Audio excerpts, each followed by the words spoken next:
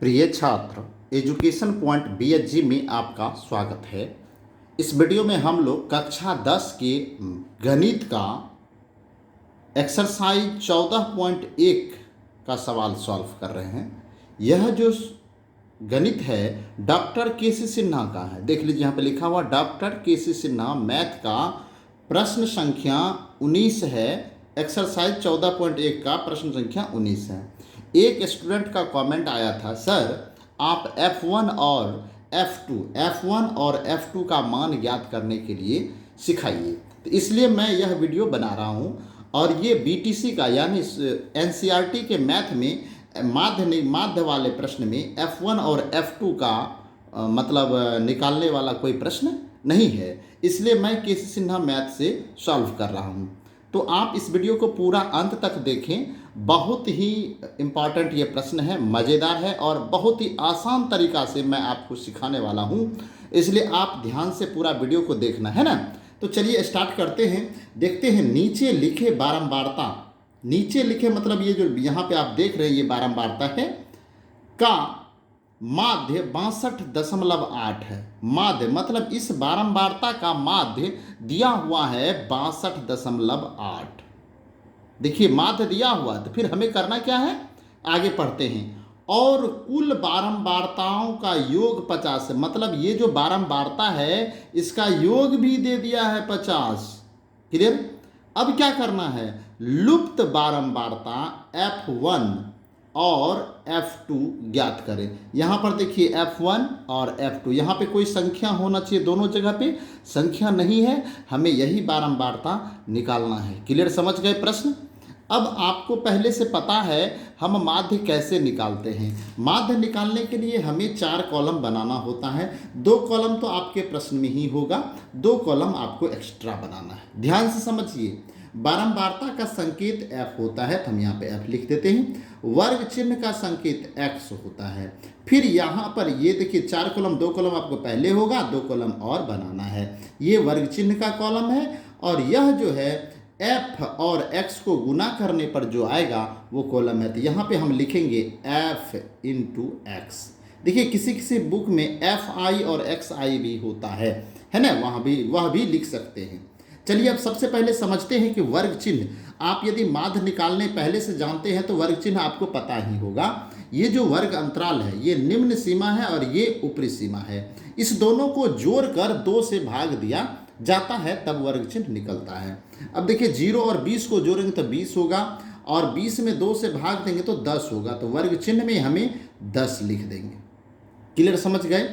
अब यहाँ पर देखिए 20 प्लस 40 कितना होगा, 60 होगा और 60 में 2 से भाग देंगे तो 30 हो जाएगा। क्लियर। अब यहाँ पे देखिए 2 बार निकाल चुके हैं, तो अब यहाँ पे 10 और 30 में कितना का अंतर है, 20 का अंतर है। तो 10 में 20 जोड़े तो 30 हुआ, फिर 30 में 20 जोड़ दीजिए तो 50 हो जाएगा। इस तरह से हम मतलब निकाल सकते हैं ट्रिक के द्वारा। फिर 20 जोड़ेंगे तो 70 हो जाएगा, फिर 20 जोड़ेंगे तो 90 हो जाएगा, फिर 20 जोड़ेंगे तो 110 हो जाएगा।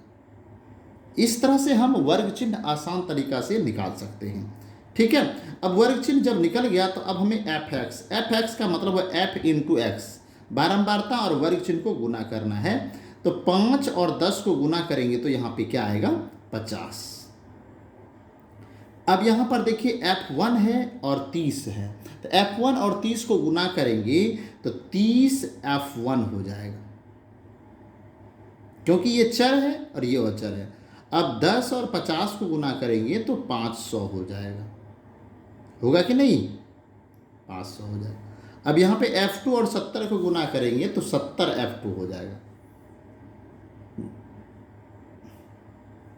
फिर देखिए 90 और 7 को गुना करेंगे तो 9 सते 63 अर्थात 630 हो जाएगा।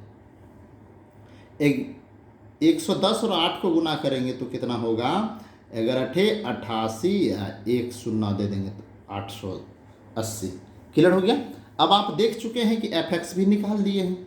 अब हमें क्या करना है, सबसे पहले अब देखिए हमको इसमें जोड़ना है इसको fx को। ये fx कैसे जुटेगा, fx को जोड़ने के लिए आप देखिए ये जो F1 वाला जाति है ये अलग हो गया और ये F2 वाला भी जाति अलग हो गया, यह संख्या के साथ नहीं जुड़ेगा, इसलिए हम इसको घेर दिए क्योंकि जोड़ने में आपको मिस्टेक ना हो जाए। अब यहाँ पे देखिए संख्या को जोड़ते हैं 0 0 0 0, इकाई को पहले हम जोड़ लेंगे, तो इकाई को जोड़े तो 0 आया। अब दहाई को जोड़ते हैं 5, यहाँ तो 0 है, 5 3 8, 8 8 16 का 6 हो गया, हासिल 1 हो गया। फिर यहाँ पे तो कुछ नहीं है, तीसरे सैकड़ा के स्थान पर यहाँ पे है, तो 16 1 5 16 का 6 बाकी 1, तो 5 1 6 6 12 12 8 20, 1260 प्लस, देखिए 1260, ये तो अभी बिना F1 और F2 का जोड़ है, अब इसको भी इसमें जोड़ना है, तो यहाँ पे हो जाएगा 30 F1 प्लस 70 F2। क्लियर? ये समझिए ये किसका हिस्सा है, तो ये सिग्मा fx है ना, सिग्मा fx को जब जोड़े तब ये आया।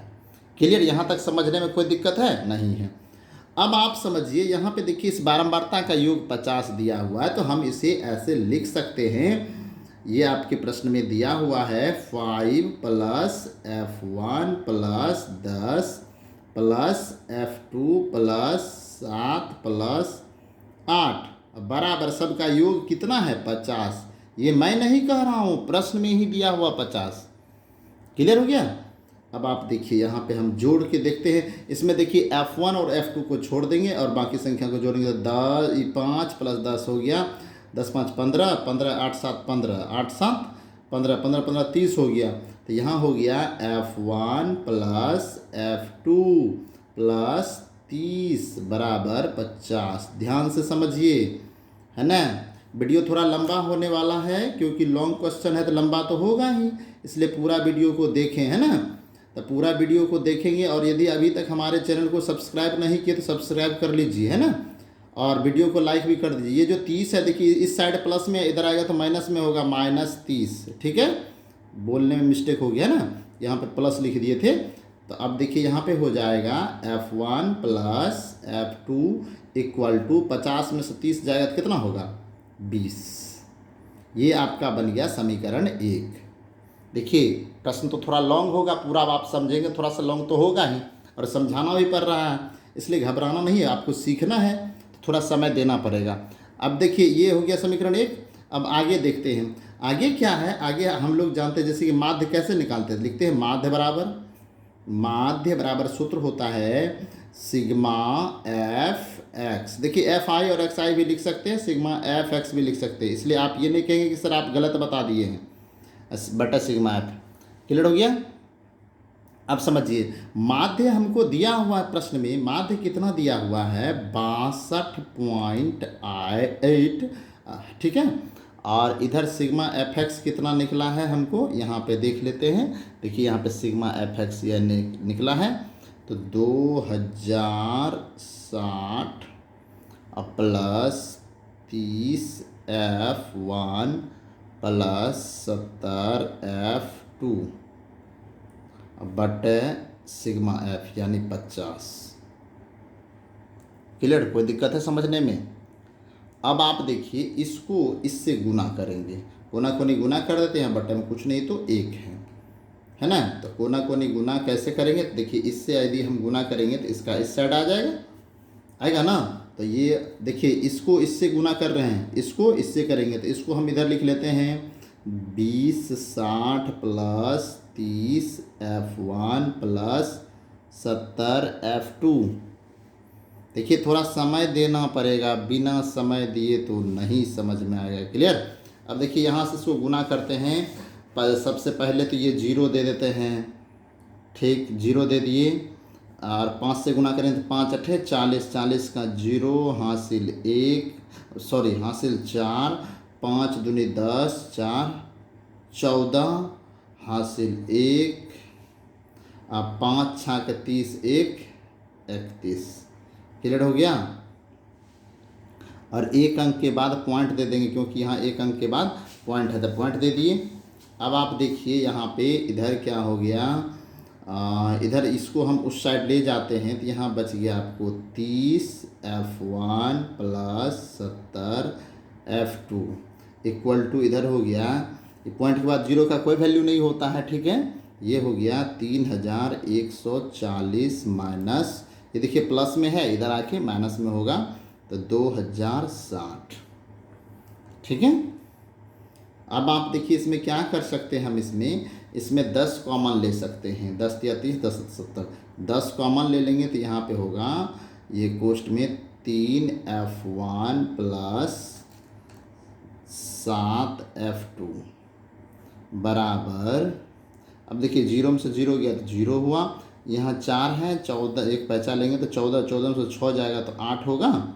यहाँ पे क्या बच गया, जीरो, जीरो में से जीरो घटाओगे तो जीरो ही होगा, क्लियर हो गया। यहाँ है अब 3, 3 में से 2 गया तो 1080 हो गया, है ना।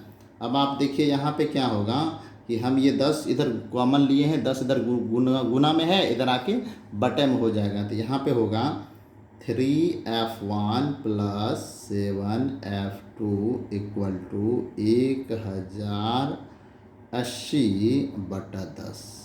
ये 0 0 कैंसिल हो गया। तो अब आपका यहाँ पे देखिए 3F1 plus 7F2 equal to 108, समीकरण 2 बन गया,